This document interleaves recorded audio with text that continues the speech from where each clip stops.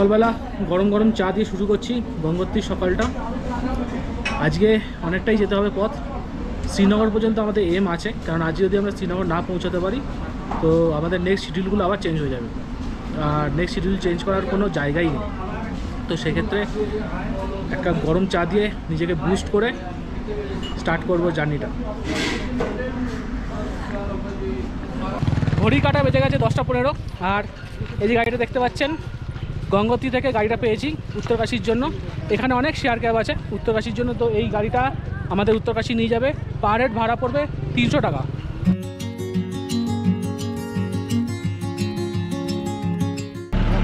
উত্তরকাশী ঢোকার সময় দেখতে পাচ্ছেন সোয়েটার অলরেডি খুলে নিয়েছি, মুখটা গরম পড়েছে পুরো, আর আমার মুখটা তো পুরো ঝলসে গেছে রোদে, খুব গরম লাগছে। এখানে দেখছি যে হোটেলগুলোতে সব পাখা চলছে, আর উত্তরকাশী বেশি দূর নেই, কিছুক্ষণ পরেই আমরা চলে যাবো উত্তরকাশী।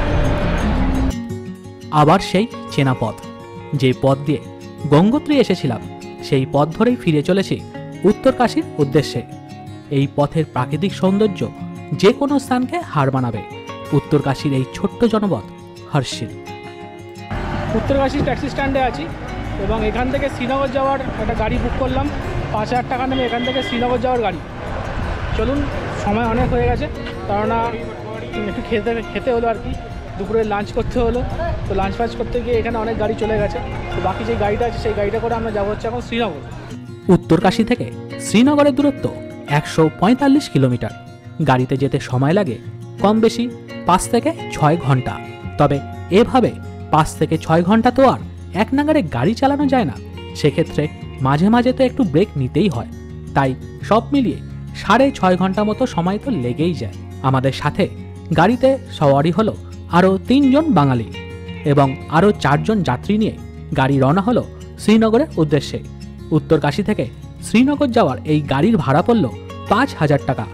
10 জন যাত্রীর জন্য গাড়ি ভাড়া পড়ল 5000 টাকা, মানে 500 টাকা জনপ্রতি। এই ছাড়া যদি আপনারা মনে করেন উত্তরকাশী থেকে শ্রীনগর না গিয়ে একেবারে সনপ্রয়াগ চলে যাবেন, সেক্ষেত্রে উত্তরকাশী থেকে বাইপাস ধরে চলে যেতে পারেন সনপ্রয়াগ।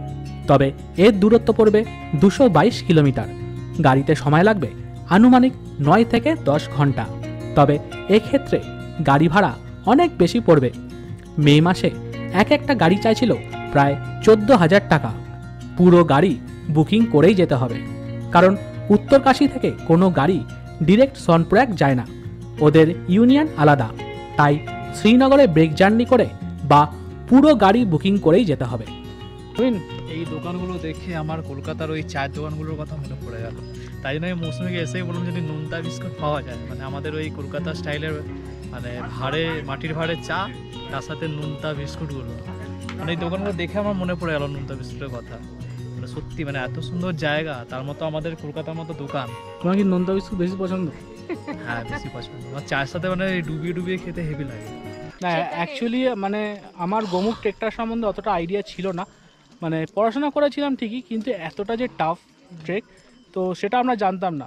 আমি কিন্তু মানে এই আমাদের চারধামের মধ্যে অনেক কিছু মানে ইনক্লুড করেছিলাম, যেমন তুঙ্গনাথ, কার্তিক স্বামী টেম্পল, তো সেই সব আর হবে না শিওর, কেননা মেন হচ্ছে চারধাম। আগে কেদারনাথ দর্শন করব, কেদারনাথ দর্শন করে তারপরে চলে যাবো হচ্ছে বদ্রীনাথ। এর মাঝখানে আর কোনো কিছু আর দর্শন করতে পারবো না। এই হচ্ছে বলার। গোমুখ ট্রেক খুব কষ্ট করেই করেছি, সেটা দেখলেন। চলুন, সামনে যা যা হবে আপনাদেরকে আপডেট দিতে থাকবো, আর আপনারা থাকবেন আমার সঙ্গে, ট্রাভেল হাতের সঙ্গে। ভালো ভিডিও, ঘোরার ভিডিও এবং ইনফরমেটিভ ভিডিও। গাড়িতে ওঠা যাক। একটা দারুণ চা ব্রেকের পর সেই আবার থামবো হচ্ছে শ্রীনগরে।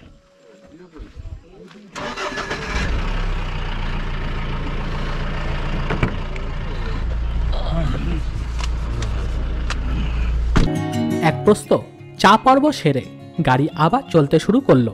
আসলে এই চারধাম ভ্রমণে এতটাই গাড়ির জার্নি করতে হয়, মাঝে মাঝে ব্রেক না নিলেই নয়। আর এই ব্রেকে শরীরকে তাজা করতে চায়ের জুড়ি মেলা ভার। পথ চলতে চলতে পাহাড়ে ঝোপ করে রাত নেমে এলো। এখানে সন্ধ্যাটা বড়ই ক্ষণস্থায়ী। নানান রকম ছোট বড় ব্রিজ পেরিয়ে আমরা এগিয়ে যেতে থাকলাম। আবার সময় এলো আরেকটা বিরতি নেওয়ার। তবে এবারে শুধু চা নয়, এবারে হবে চায়ের সাথে মিষ্টি পর্ব। দোকানে অনেক রকমের মিষ্টি দেখতে পেলাম। অনেক দিন মিষ্টি খাওয়া হয়নি, তাই আর দেরি না করে কয়েকটা মিষ্টি খেয়েই ফেললাম। কোনটা খেতে ভালোবেসি? আই হোপ এটাই বেস্ট হবে। আমার এটা বেশি ভালো মনে হচ্ছে, সাদাটা। হোয়াইটটা হোয়াইটটা ভালো মনে হচ্ছে। মানে মিল্ক কেক যেটা। হ্যাঁ হ্যাঁ হ্যাঁ। ঘড়ির কাঁটায় রাত তখন প্রায় 11টা ছুঁই ছুঁই। আমরা এসে পৌঁছালাম শ্রীনগর। আমরা ভেবেছিলাম এই এত রাতে হোটেল ও খাবার খুঁজতে বেশ অসুবিধাই হবে, কিন্তু এ তো বেশ আলো ঝলমলে পরিবেশ। রাস্তায় তখনও প্রচুর লোকের আনাগোনা, সেই সাথে পুলিশি পাহারা। বলা যায় শ্রীনগর তখনও ঘুমায়নি। ঘড়ির কাঁটা বেজে গেছে 10:55। জাস্ট শ্রীনগরে এসে পৌঁছালাম। শ্রীনগরে এসে একটা রুম নিতে লাগবে, কিন্তু মানে আমার যেটা সন্দেহ হয়েছিল যে রুম পাবো কি পাবো না, এত রাত্রি হয়ে গেছে এখানে, পাহাড়ে 11টা মানে তো অনেক রাত্রি। তো আমি দেখলাম শ্রীনগরে কিন্তু এখনও জমজমাট, এখনও মানে শ্রীনগর ঘুমায়নি। উত্তরাখণ্ডে শ্রীনগর বলছি। আর এখানে কিন্তু বেশ গরম আছে, মানে ঠান্ডা একদমই নেই, বেশ গরম। এখানে অনেকে আছে যে আমাকে বলছে দাদা রুম চাই রুম চাই। তো চলুন একটা রুমে যাই, কারণ বেশি দেখাদেখির কিছু নেই, রুম একটা রাত্রে থাকার জন্য হলেই হলো। কালকে রাত্রে আপনার সঙ্গে আর কোনো কথা হয়নি। এখন আমি আছি হচ্ছে শ্রীনগরে। শ্রীনগরে একটা হোটেল নিয়েছিলাম, খুবই মোটামুটি সাধারণ মানের হোটেল। ভাড়া নিয়েছে 600 টাকা। তো একটা রাত্রির জন্য এখানে আর মানে খোঁজাখুঁজি করিনি, কারণ অনেক লেট হয়ে গেছিলো। তো সেক্ষেত্রে এখানে একটা সামনে হোটেল নিয়েছিলাম। তো এই হচ্ছে আমাদের হোটেলটা। ভেতরটা হচ্ছে নর্মাল, মানে জাস্ট এই হচ্ছে ব্যাপার। এই হচ্ছে আমাদের হোটেল এখানকার। এখানে এয়ার কুলার দিয়েছিল, আর এই হচ্ছে ওয়াশরুম। কেননা এখানে কিন্তু প্রচণ্ড গরম, তো তাই জন্য কালকে এয়ার কুলারটা চালাতে হয়েছিল। তো এটা 600 টাকার মধ্যে। আপনারা যদি শ্রীনগরে আসেন, শ্রীনগরে প্রচুর হোটেল আছে। আমি আলাদা করে কোনো নাম্বার শেয়ার করছি না, কেননা এখানে এত হোটেল আছে যে আপনারা 101 হোটেল পেয়ে যাবেন ভালো ভালো।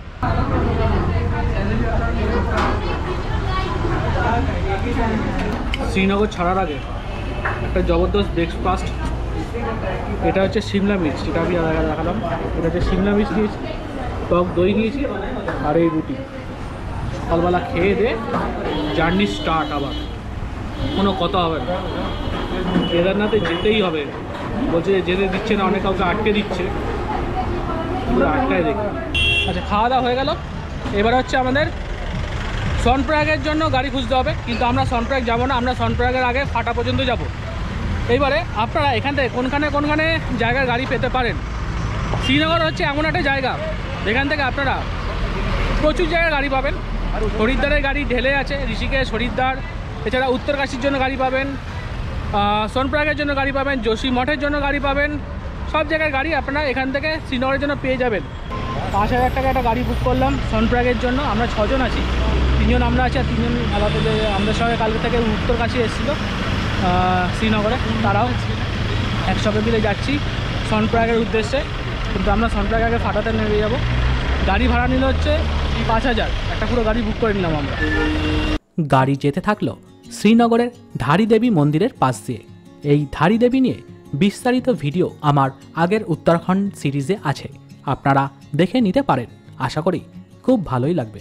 এবার আমি আপনাদের একটা ইনফরমেশন দিই। যখন আপনারা শ্রীনগর থেকে রুদ্রপ্রয়াগের দিকে যাবেন, রুদ্রপ্রয়াগের ঠিক সঙ্গমের আগে রাস্তা দুটো ভাগে ভাগ হয়ে গেছে। একটি চলে গেছে কেদারনাথের দিকে, আর অন্যটি চলে গেছে বদ্রীনাথের দিকে। এখন আমাদের কেদারনাথের দিকেই যেতে হবে। রাস্তা চলে গেছে বদ্রীনাথের দিকে, আর আমরা এখন যাচ্ছি কেদারনাথের দিকে। ওপরে একটা রাস্তা আছে দেখুন, ওই যে ওপরের দিকে, ওটা কিন্তু যাবে বদ্রীনাথের দিকে, আর আমরা যাচ্ছি কেদারনাথের দিকে এই রাস্তাটা।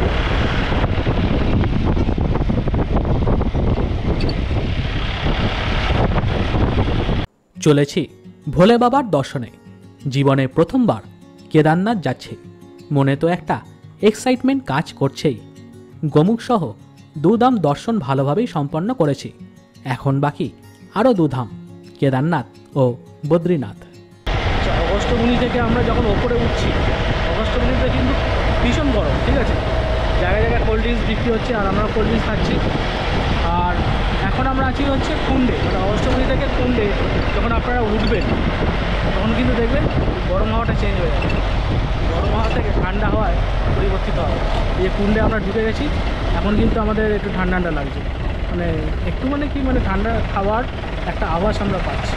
এইখানে উপরে উঠলে আরও ঠান্ডা বেড়ে যাবে।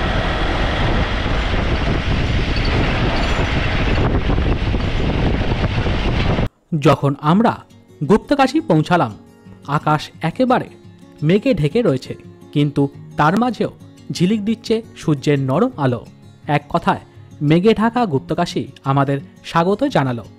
এই গুপ্তকাশীতেই আছে প্রাচীন বিশ্বনাথের মন্দির। পৌরাণিক কাহিনী অনুসারে স্বয়ং শিব পাণ্ডবদের দর্শন দেবেন না বলে এইখানে এসে আত্মগোপন করেছিলেন, তাই এর নাম গুপ্তকাশী। আর পুরাণে বলা আছে এখানেই মহাদেব মাতা পার্বতীকে বিবাহের প্রস্তাব দিয়েছিলেন। জাস্ট গুপ্তকাশীতে ঢুকলাম, আর আবহাওয়াটার অবস্থা দেখেছেন তো, এতটা হাওয়া দিচ্ছে। এখন টেম্পারেচার দেখাচ্ছে 2 থেকে বৃষ্টি শুরু হবে, আর নিচে কটকটে রোদ, নিচে ঘাম ঝরছিল। আর এখানে আবহাওয়া পুরো চেঞ্জ। এই কেদারনাথে না মানে কখন যে আবহাওয়া চেঞ্জ হয় কেউ কিছু ধরতে পারবে না। যে সকালে রোদ্দুর, তারপর কিছুক্ষণ পরে বৃষ্টি শুরু হয়। এই জন্য কেদারনাথে আসতে গেলে আপনাদের অবশ্যই সঙ্গে রেনকোট মাস্ট। শ্রীনগর থেকে আজকে আমাদের গন্তব্য ছিল ফাটা, কারণ আমাদের প্ল্যানিং ছিল আমরা হেলিকপ্টারে কেদারনাথ যাব। তবে ভাগ্য যে আমাদের সাথে কি পরিহাস করবে তা আপনারা সামনেই দেখতে পারবেন। গুপ্তকাশী থেকে সনপ্রয়াগ যেতে 3টি হেলিপ্যাড পড়বে। প্রথমে পড়বে গুপ্তকাশী, তারপর ফাটা এবং সবশেষে পড়বে শীর্ষী হেলিপ্যাড। প্রথমে আমি গিয়েছিলাম গুপ্তকাশী হেলিপ্যাডে হেলিকপ্টার বুকিংয়ের জন্য, কিন্তু খারাপ আবহাওয়ার জন্য সেখানে আপাতত বুকিং ক্লোজ ছিল। এখন জাস্ট আমি নেমেছিলাম হচ্ছে গুপ্তকাশীর যে হেলিপ্যাড আছে, গুপ্তকাশীর হেলিপ্যাডটা দেখুন এখানে আছে। এখানে টিকিট লেখা আছে, টিকিট প্রাইস লেখা আছে গুপ্তকাশী হেলিপ্যাডের। এই দেখুন, আর এটা হচ্ছে ট্যুরিস্ট রেস্ট হাউস গুপ্তকাশী। এই ট্যুরিস্ট রেস্ট হাউস গুপ্তকাশীতেই কিন্তু হেলিপ্যাডের বুকিং হচ্ছে। ওইখানে আমাকে বললো আবহাওয়া এখন খারাপ, তো তাই জন্য এখানে হেলিপ্যাডের বুকিং হবে না, আপনি ফাটাতে চলে যান। আর কালকের টিকিট আজকে হবে না, কালকের টিকিট আপনাকে কালকেই কাটতে হবে। আর আজকের টিকিট আজকে দিচ্ছিল, কিন্তু এই ওয়েদার খারাপের জন্য কিন্তু হেলিকপ্টার সার্ভিসটা এখন এরা বন্ধ রেখেছে। আর এখান থেকে অনেকটাই টাকা বেশি, তো আমরা চলে যাবো হচ্ছে ফাটাতে। কোন হেলিপ্যাড থেকে কেদারনাথ যাওয়ার জনপ্রতি কত ভাড়া লাগবে তার চার্ট আমি স্ক্রিনে দিয়ে দিলাম, আপনারা ভিডিও পজ করে দেখে নেবেন। ফাটাতে ঢোকার আগে শুরু হলো মুষলধারে বৃষ্টি, সঙ্গে শিলাবৃষ্টিও। বৃষ্টির দাপটে চারদিকের দৃশ্যমানতা একেবারে কমে গেল। মনে মনে প্রমাদ গড়লাম, এ তো হেলিকপ্টারের সব বুকিং ক্যান্সেল হয়ে যাবে। এই যে আবহাওয়া, এতে কিছুতেই হেলিকপ্টার উড়বে না। আর সাথে সাথে শেষ হয়ে গেল আমাদের হেলিকপ্টারে করে কেদারনাথ যাওয়ার আশা। হেলিকপ্টারের টিকিট নিতে এসেছি, এখানে বলছে যে 2-3 দিনের ওয়েটিং আছে। মানে আমাদের আজকে যদি আমরা নাম লেখাই, আমাদের টিকিট আসবে হচ্ছে 2 দিন পর। সম্ভব এটা? মানে কী যে হচ্ছে বুঝতে পারছি না। এত রাশ। আর যদি বোথ হয়ে হয় তাহলে সেটা 10 দিন পর। হ্যাঁ 8-9 দিন পর বোথ হয়ে হচ্ছে। মানে যদি 1 হয় তাহলে 2 দিন পর আপনি পাবেন টিকিট, আর যদি বোথ হয়ে হয় তাহলে 8 থেকে 9 দিন পর পাবেন। এতটাই রাশ টিকিটের।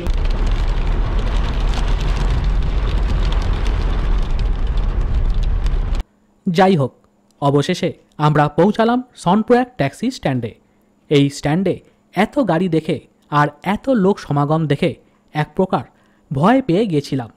কিছু যাত্রী এখন কেদারনাথ দর্শন করে ফিরছেন, তো কিছু দর্শনার্থী এখনই রওনা হচ্ছেন কেদারনাথের পথে।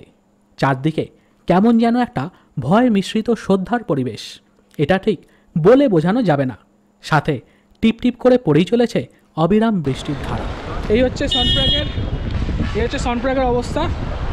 প্রচণ্ড ভিড় বলতে মারাত্মক ভিড়। মানে পার্কিং একটু খালি নেই, দেখতে পাচ্ছেন তো।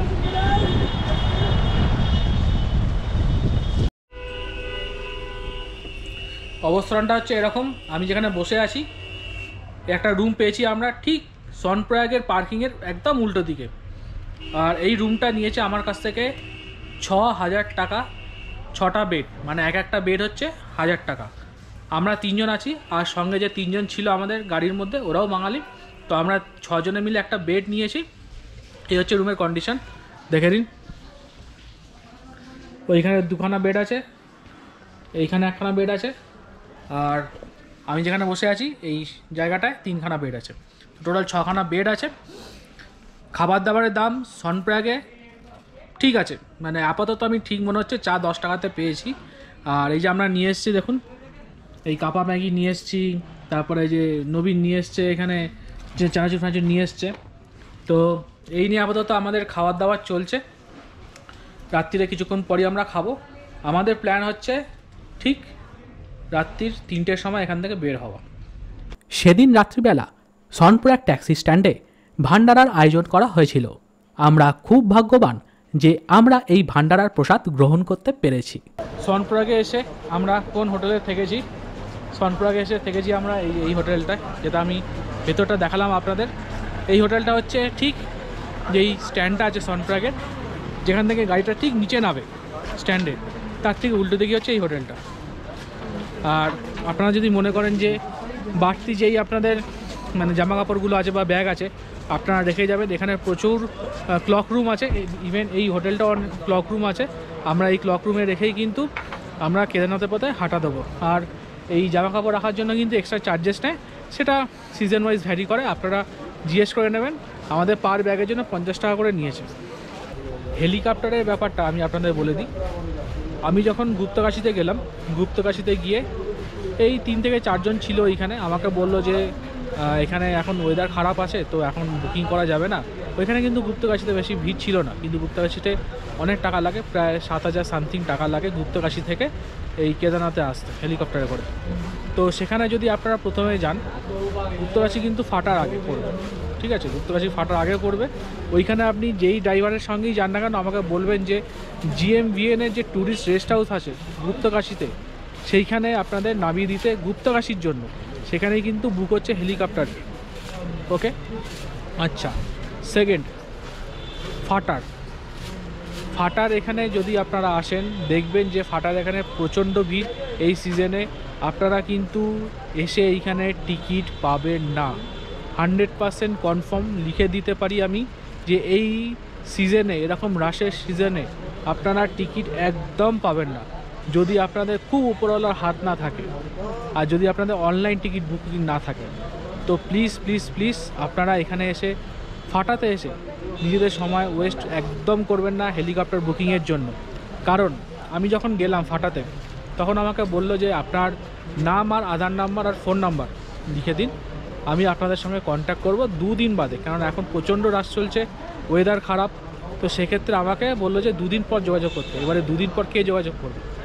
সবারই তো একটা শিডিউল আছে না, আর 2 দিন পরও তারা যোগাযোগ করবে কি না তারও সন্দেহ আছে।